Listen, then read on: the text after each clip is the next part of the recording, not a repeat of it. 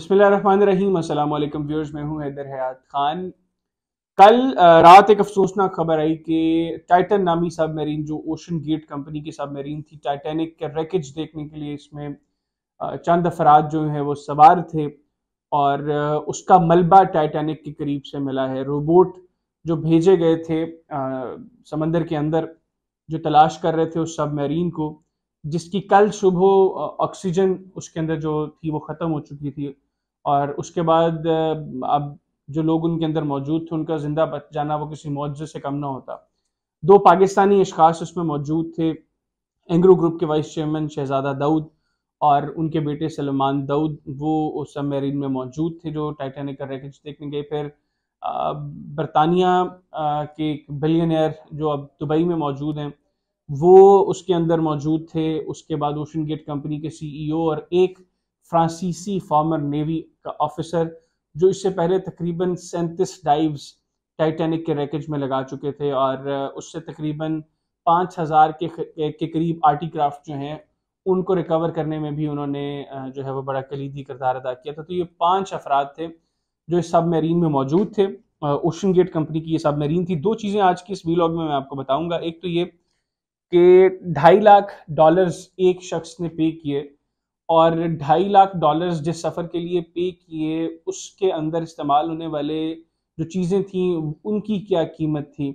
क्या उन लोगों ने पहले से इस चीज़ को असेस नहीं किया कि हम जिस सफ़र पे जा रहे हैं वो ख़तरात से घिरा हुआ है और इसमें कह लें कि बचने के इम्कानात, अगर कोई हादसा होता है, वो बहुत कम है। सेकेंडली, क्या हुआ, क्या क्या पॉसिबली क्या हुआ होगा जो सबमरीन का मलबा टाइटैनिक के करीब से मिला। एक तो ये कि क्या हुआ होगा, इसमें हतमी तौर पर कुछ नहीं कहा जा सकता। जो आबी माहिरीन है, मैं उनकी राय आपके साथ शेयर कर रहा हूँ। आबी माहिरीन के मुताबिक जो चीज़ें कल से डिस्कस हो रही थी, इनफैक्ट परसों से भी डिस्कस हो रही थी, कि जब ऑक्सीजन सप्लाई खत्म हो जाएगी तो उसके बाद वो लोग कैसे बचेंगे। तो सब लोगों के दिल बहुत दहल रहे थे ये सोच के कि किसी के पास ऑक्सीजन की सप्लाई खत्म हो जाए तो वो किस तरीके से, उसके लिए कितनी अजियत का वो वक्त होगा, कितनी तकलीफ का वो वक्त होगा। और फिर जब बाप और बेटा भी वहां पर मौजूद थे तो किस तरीके से बाप अपने बेटे को अपने सामने जो है वो मर रहा हो तो उस बाप पर क्या बीतेगी। सिमिलरली बेटा, उसके लिए कितना मुश्किल होगा अपने बाप को तकलीफ में देखना। तो हर शख्स वो दुआ ये कर रहा था कि ये लोग जो इस सबमरीन में मौजूद हैं, अल्लाह ताला किसी तरीके से इनको ज़िंदगी दे, इनके लिए आसानियां पैदा करे। हम लोगों ने भी दुआ की, लेकिन शायद अल्लाह ताला की ज़ात को कुछ और मंजूर था।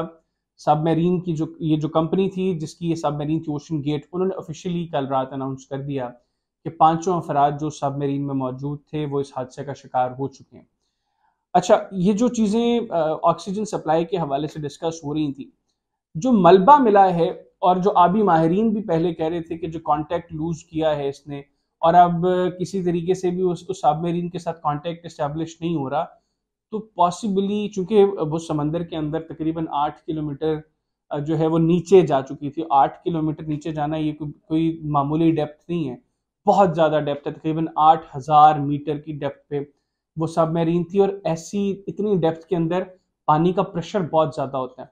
आप जैसे जैसे पानी के अंदर डाइव करते जाते हैं तो पानी का प्रेशर जो है वो बहुत ज़्यादा हो जाता है। फिर समंदर में जो है चूंकि बहुत बड़ा समंदर है, दुनिया की कुल रकबे का तकरीबन 70% जो है वो समंदर है।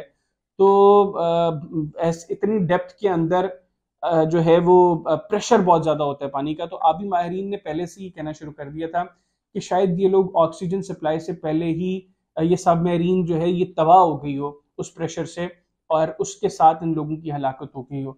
तो कल जो मलबा मिला है उससे लग ये रहा है कि ये ऑक्सीजन सप्लाई वाला जो मामला है, जो कल ऑक्सीजन सप्लाई खत्म हुई थी, शायद ये उससे पहले ही धमाके से ये सबमरीन फट गई और उस धमाके के नतीजे में इन लोगों की हलाकत हुई। हम जो मुसलमान उसमें मौजूद थे उनके लिए दुआ गो हैं, अल्लाह ताला उनके लिए आगे आसानियाँ पैदा करें और इज्तमाही तौर पर जितने भी लोग उसके अंदर सवार थे उनके घर वालों को, उनके लवाहिकीन को सब्र दें और इस लॉस को बेयर करने का उनको हौसला भी दें। एक चीज़, दूसरा ये कि मैंने इब्तदा में बताया कि तकरीबन $2.5 लाख एक शख्स ने पे किए इस सबमरीन में सफ़र करने के लिए। जो कुछ चीज़ें सोशल मीडिया पर सामने आ रही हैं कि किस तरीके से इस सबमरीन पर सफ़र करना ख़तरनाक था, उसमें कुछ गैजेट्स जो यूज़ किए गए सबमरीन को ऑपरेट करने के लिए, एक तो ये कि वैसे भी जब समंदर में जाते हैं तो बहुत ज़्यादा प्रिकॉशनरी मेजर्स होते हैं जो लिए जाते हैं, और एक के बाद प्लान बी प्लान सी तक की चीज़ें जो हैं वो आपके पास होती हैं। लाइफ जैकेट्स होती हैं, लाइफ बोट्स होती हैं। अच्छा, सबमरीन्स के अंदर जो है वो भी मामलात को ठीक करने के लिए, चीज़ों को ठीक रखने के लिए बहुत सी चीज़ें होती हैं जो सबमरीन के अंदर फैसिलिटेट किया जाता है, जो उसके अंदर लोग मौजूद होते हैं। इस सबमरीन के अंदर ऐसी कोई चीज़ नहीं थी।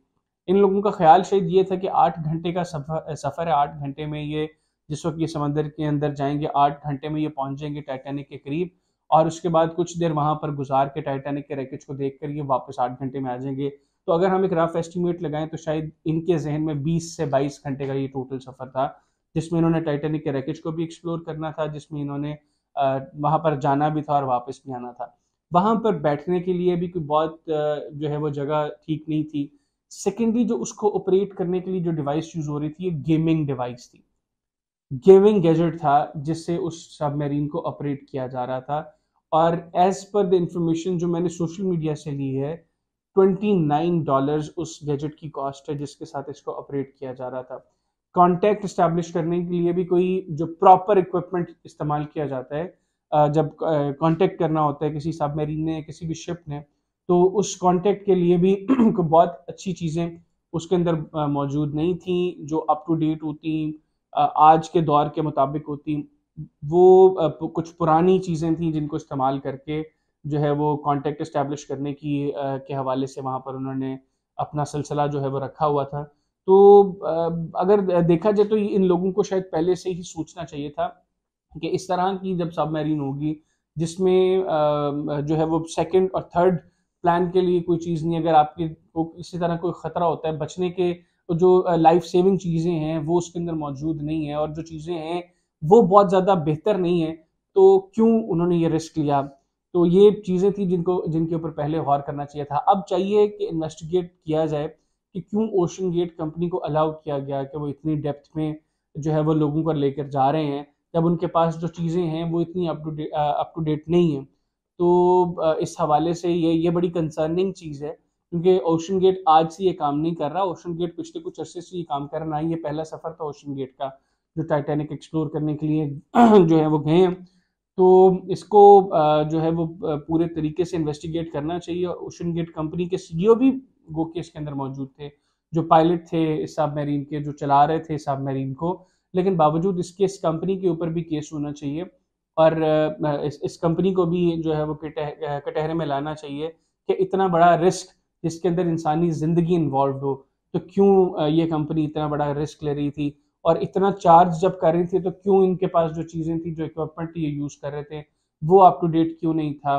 और सेकेंडली वो लोग जो इस तरह के सफ़र पर जाते हैं वो खुदारा एक मरतबा अपने घर वालों का भी सोचें, और फिर जब इस तरह के सफ़र पर जाएं तो पहले ये देख लें कि ये जो भी कंपनी है वो किस तरह की चीज़ों को इस्तेमाल कर रही है, क्योंकि समंदर जो है वो तो आउट ऑफ कंट्रोल है, कोई किसी को कंट्रोल नहीं कर सकता समंदर के अंदर। या तो टाइटैनिक जैसा बड़ा जहाज़ जिसको एक्सप्लोर करने गए थे वो कंट्रोल में नहीं था, और वो चंद घंटों की मार था, चंद घंटों के अंदर वो तबाह हो गया। तो ये तो ओशन गेट की जो सबमरीन है ये तो बहुत छोटी सी सबमरीन थी।